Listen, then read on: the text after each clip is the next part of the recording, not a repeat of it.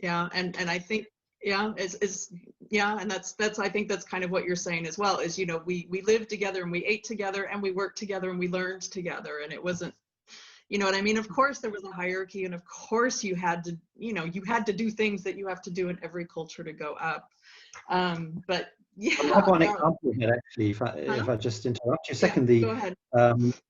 Yeah, another thing I did was actually, as I mentioned, some of these things were organized by the British Council. They were interested in promoting British culture in East Germany, and like the publishers were also very active from the West, and so I was able to profit from this. And I was very honored when they invited me. They said, we got a very high level course for you, and we're going to send an expert on linguistics from the UK is coming, and we want you to come and talk about intercultural things. And it's going to be a residential course, and it will be on the Baltic coast in Lubmin, which is near Greifswald.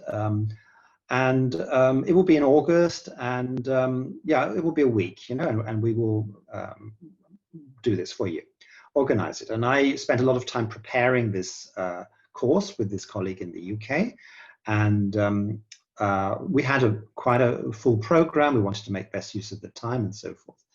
And we arrived, and it's a very beautiful place on a beach, actually, on the Baltic coast.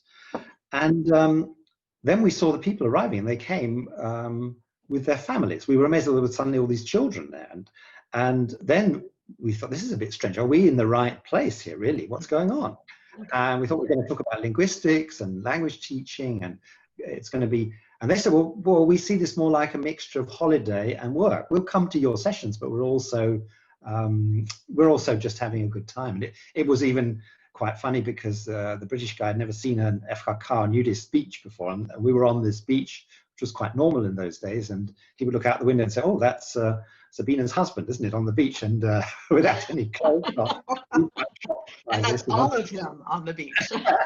Wanted to draw the curtain so we could look outside. We're doing this thing, but it was a sign, as you say, of this fluidity between the personal sphere and the public sphere, and this.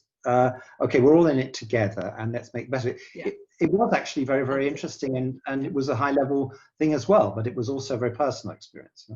Yeah, no, that's a very good point. And I do, you know, it's funny because, you know, for German interculturalists, for people, you know, who've been here many years, and we teach the culture and we welcome people to Germany and try to help them kind of understand, that is just a key piece of that German culture, which, you know, I think all of us really work hard to bring. Is there's quite a strong separation between, you know, work and private, that especially newcomers, you know, might not be able to expect to become friends with their German colleagues at work. They need to look for friendship somewhere else, you know, and that just wasn't the case. And so here we see a completely different thing going on that I don't think has disappeared, but I think you see that the East is still not well understood, or you know, well, it's still not looked at hard enough, that we still don't have enough mixing, I guess is what I'd say. We still don't have enough traffic of exchange between East and West for that to be clear.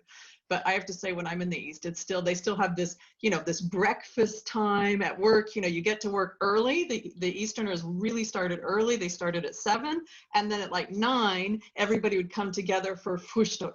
You know, and somebody would have the press rolls, and they'd have the wurst, the sausage, and the cold cuts, and then you'd have your very nice little coffee service. You know, not Starbucks, you know, cardboard coffee cups. You'd have a very nice coffee service, and everybody would sit and have their breakfast together and go back to work.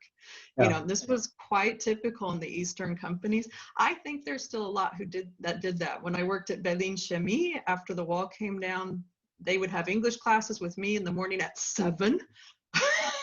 Oh, okay. Oh my God, those were the days. English classes with me at 7, and then you know, after their class with me was over at 8:30, they would go for their breakfast. Yeah, no, they're quite different. Yeah. It was close. And I think if you look at the Globe study today, that one that came out in 2003 or 2004, that's one of the biggest differences they show between East and West Germany, is that collectivism at work. Yeah, which I thought was the system had an effect on people's mentality, and that's where I think we still need to differentiate.